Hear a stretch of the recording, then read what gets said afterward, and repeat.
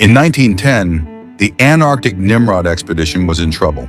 Led by Ernest Shackleton, the team had set the record for the southernmost point ever reached.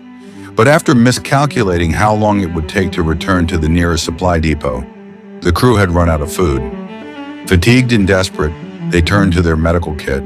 It contained a drug called forced march tablets, which promised to mitigate hunger and prolong endurance, thanks to the powerful combination of its two ingredients, cocaine and the extract of the African kola nut.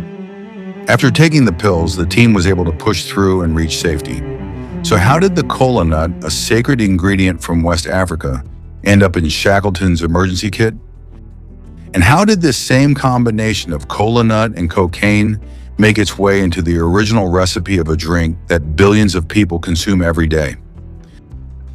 The kola nut is the seed of the kola tree, a small evergreen native to the tropical forests of West Africa, where it has long been integral to the cultural fabric of many communities. Among the Igbo, the bitter nut is known as the food of the gods. In Igbo homes, it's custom to greet and honor guests by breaking a seed and sharing the lobes. Within Yoruba communities, kola plays a central role in many religious ceremonies, such as weddings, funerals, and divination. Kola nuts can contain up to 2.5% caffeine, or about twice the concentration found in coffee beans, along with trace amounts of theobromine, a structurally similar compound. Both molecules stimulate the central nervous system, causing effects like alertness and increased blood flow to the muscles and lungs, and it's these properties that likely led to kola's long-standing use in traditional West African medicine. But there's also a bitter side to the kola nut's history. As early as the 10th century, it was used by various groups in West Africa as currency to purchase captives across the Sahara. And in the 16th century, Portuguese and Afro-Portuguese traders in the region similarly exchanged the seeds for people, whom they then sold into transatlantic slavery.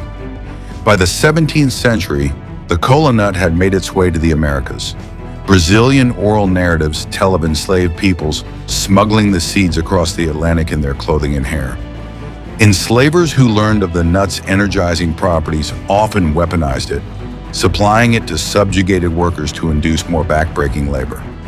However, in places like Jamaica, Cuba, and Brazil, many enslaved communities managed to cultivate kola on their own, allowing them to preserve and continue practicing their cultural and religious traditions. In the late 19th century, the kola nut gained the attention of pharmacists in Europe and North America. Many claimed, without much evidence, that the nut contained countless medicinal and even mind-altering properties. Soon, kola-containing tonics, chocolates, and lozenges lined pharmacy shelves.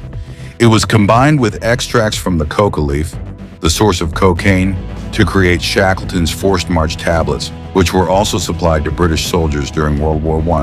In 1886, Atlanta pharmacist John Pemberton used the same potent combo to create the original recipe for Coca-Cola, which he claimed could treat ailments like headaches, indigestion, and impotence.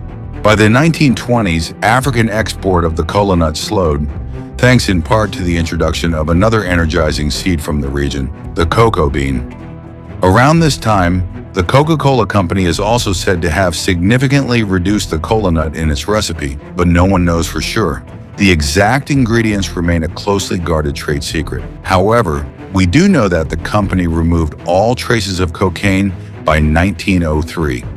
Today, the kola nut can still be found in various drinks and supplements, like Bissy tea, a staple in many Jamaican homes.